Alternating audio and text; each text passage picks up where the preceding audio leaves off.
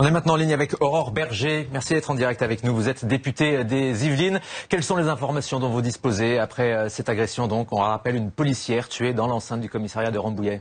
Écoutez, déjà mes premiers mots sont pour les forces de l'ordre. Je me suis entretenue immédiatement avec le commandant de police de Rambouillet pour l'assurer de mon plein soutien, mais au travers moi évidemment du plein soutien que les Français doivent à leurs forces de l'ordre.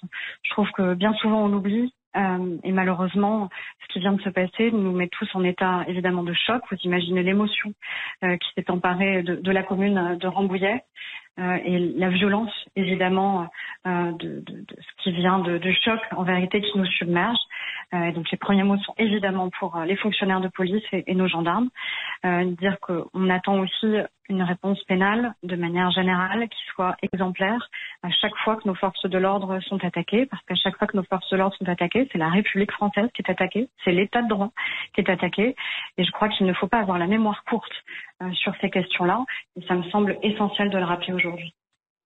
Nous étions juste avant vous en ligne avec le député LR des Yvelines qui nous dit il faut absolument protéger les forces de l'ordre, protéger les forces de l'ordre qui sont là pour nous protéger. Cette société devient folle? Écoutez, en tout cas, ce qui est certain, c'est qu'on a un département qui est très très lourdement endeuillé. On a eu l'attaque à Magnanville, qui était... Excusez-nous, on vous interrompt un moment. Gabriel Attal, le porte-parole du gouvernement, s'exprime sur place. Au nom du gouvernement sur cette situation.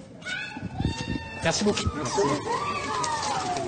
En déplacement dans les Hauts-de-Seine, un département limitrophe, et son intervention donc a évidemment porté sur le protocole sanitaire des écoles et il a été interrogé sur ce meurtre d'une policière. Aurore Berger, vous êtes toujours en direct avec nous. Vous nous parliez du climat qui règne à Rambouillet, une ville plutôt calme habituellement. C'est une ville paisible, Rambouillet. C'est une ville qui n'est pas du tout habituée à subir les violences qui parfois émaillent notre actualité, mais ça nous rappelle aussi qu'encore une fois, chaque matin, nos forces de l'ordre mettent leur vie en jeu pour nous protéger. Ce qui nous sidère tous, ce qui nous choque tous aujourd'hui, c'est à la fois que ça puisse toucher Rambouillet et aussi, encore une fois, que l'attaque ait pu avoir lieu au sein même du commissariat. Donc vous imaginez encore une fois la sidération, le choc et l'émotion qui submergent la commune de Rambouillet et le département des Yvelines. Alors Berger, Rambouillet peut être une ville calme, mais le département des Yvelines a déjà été lourdement endeuillé côté policier. On se souvient de ce couple de policiers de Magnanville qui avait été tué chez lui.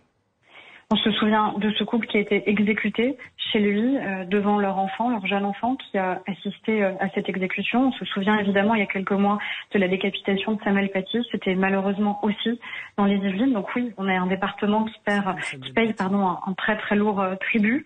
Un département qui est un département fort, résilient, courageux. Un département où les forces de l'ordre sont sans cesse mobilisées pour nous protéger.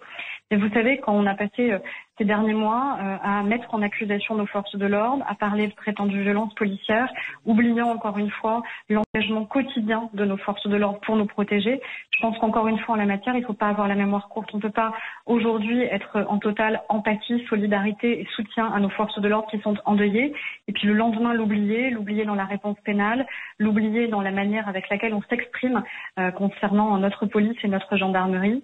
Et moi, je n'ai jamais voulu utiliser ces mots-là parce que je sais l'exemplarité qui est celle de notre police et qui est celle de notre gendarmerie. Et j'espère que ce drame ramènera peut-être à la raison un certain nombre de ceux qui considèrent finalement qu'il est facile de déblatérer sur la police et sur la gendarmerie, oubliant le lourd tribut qui est malheureusement régulièrement payé par elle.